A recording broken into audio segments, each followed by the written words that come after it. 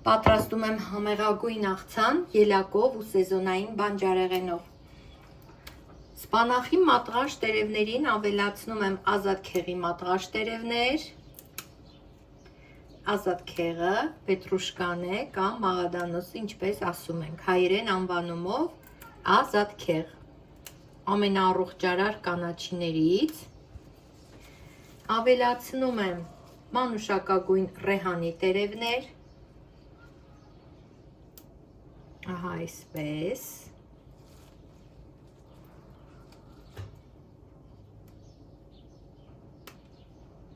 Կարող եք ավելացնել բազուկի տերևներ, ավելացրեք նաև կոտեմ, յուրահատուկ համ է հաղորդում, իրեն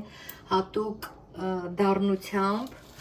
մի տեսակ հրաշալի համադրություն է ստեղծում ելակի քաղցրության, հիմա կօգտագործեմ նաև գունավոր պղպեղներ, պղպեղների քաղցրության հետ, շատ հրաշալի համադրություն է։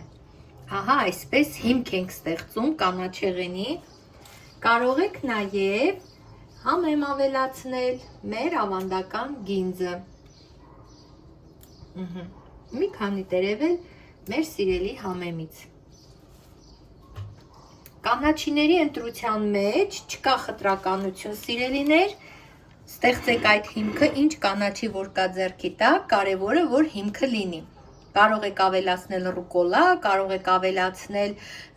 այլ կանաչիներ, ինչպես տեսակ, ես ավելացրեցի հայկական կանաչիների փունջը և մատղաշ սպանաղ։ Այժմ մեզ հարկավոր կլինեն գունավոր գեղեցիկ պղպեղներ, սրանցից մի մաս կօգտագործեմ, որովհետև քիչ քանակով եմ պատրաստում աղցանը, 2 անձի համար եմ պատրաստում։ Վերցնենք պղպեղներից մեկական մաս,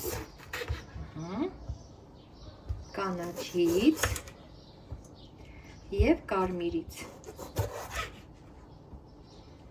հեռացնենք կորիզները և բարակ ու երկար, հնարավորինս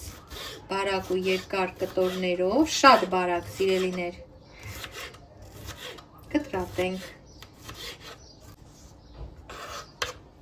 Աշխատեք հնարավորինս բարակ կտրատել։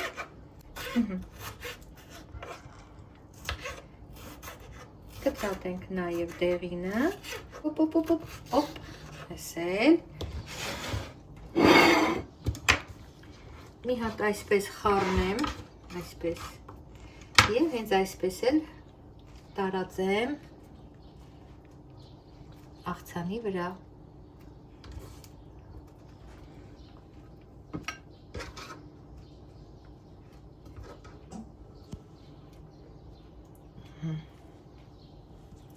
Հավասար է,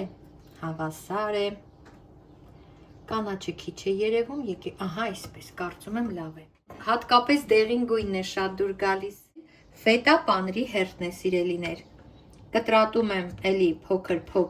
քառակուսիներով, կարող եք երկարուկ, եկեք երկարուկ անեմ շերտիկները, որ պղպեղի շերտիկների հետ սիրուն լինի, հենց այսպես, ուտելիս էլ հարմար կլինի, ինչ ասեցիր Մար, ինչպես ես կարծում։ Սովորաբար այս աղցանի մեջ ես փշուր պանիր եմ օգտագործում, այս անգամ այսպես ֆետան բարակ-բարակը կտրատեմ, փշրվեցել ավելի լավ։ Հիմա էլ ֆետան տարածենք աղցանի վրա։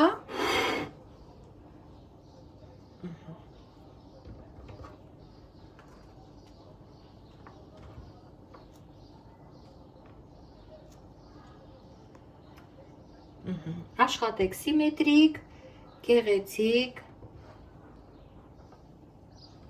Հաջորդ բաղադրիչներից մեզ հարկավոր է լոլիկ և կարմիր սոխ, բնականաբար շերտատում ենք, կարմիր սոխը ևս իր քաղցրությունը կհաղորդի աղցանին, շատ յուրահատուկ համեղ կդարձնի։ Թվում է, թե հասարակ սովորական բաղադրիչներ են, բայց ճիշտ համադրությամբ, ճիշտ ընտրությամբ դառնում են իդեալական։ Հանում եմ լոլիկի ահա այս պտղամիսը, կտրատում եմ էլի բարակ շերտիկներով, պտղամիսը եթե կա, հեռացնում ենք էլի շերտիկներով, Պտրատում, հեռացնում եմ պտղամիսը և պտրատում շերտիկներով։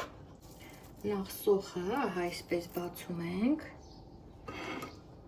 Սիրուն շերտերը, որ երևա, սոխի աղցանի տեսքը հարստանում է, աղցանը էլ ավելի գեղեցկանում, համեղանում է։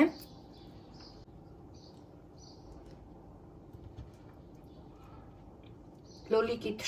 թթվաշությունը ևս շատ կարևոր է, այսպես։ Սիրուն է, չէ, արդեն իսկ։ Հաջորդ բաղադրիչներից մեզ ելակ է հարկավոր։ Եթե ուզում եք ձեր աղցանը քաղցր լինի, ելակ շատ ավելացրեք։ Եթե ուզում եք միջին քաղցրությամբ, ելակ քիչ ավելացրեք։ Բաժանում եք մի քանի մասի, քառորդ մասերով, կիսեք մեջտեղից, ահա այսպես։ Սա էլ ենք ավելացնում մեր աղցանի մեջ։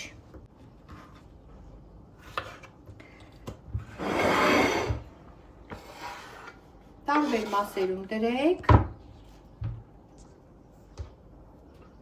Գույների մեջ այդքան շատ չի երևա, բայց ելակի համը հատուկ ընդգծվող համ է։ Ես կենտրոնական մասում եմ շատ դնում, բայց եզրերում ևս դրեք, որ չնեղանան եզրերը։ Իմ ալիքում ելակով էլի աղցան կա, սիրելիներ, էլի շատ համեղ, շատ լավ բաղադրատոմս է։ Մեզ մնում է զարդարել թանձրուկով, ավելացնել ձիթապտղի յուղ։ Աղցանը ցողում եմ ձիթապտղի չզտված ձեթով, բարակ շիթով։ Մի քիչ ծովի աղ եմ ավելացնում, աղում եմ, սա խոշոր աղ է, այսպես։ Ֆարշության համար, ահա այսպես, բալզամիկ թանձրուկ։ Տեսեք ինչ սիրուն է։ Վերջ, գեղեցկությունը պատրաստ է։ Համեցեք։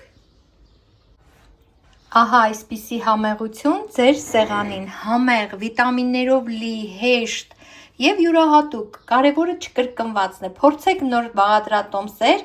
և ընտրեք ձեր սիրելիները, թող ձեր կերակրացանքը հարստանա նոր բաղադրատոմսերով, շատ լավն է, պարտադիր փորձեք իմ շատ սիրելի հետևորդներ։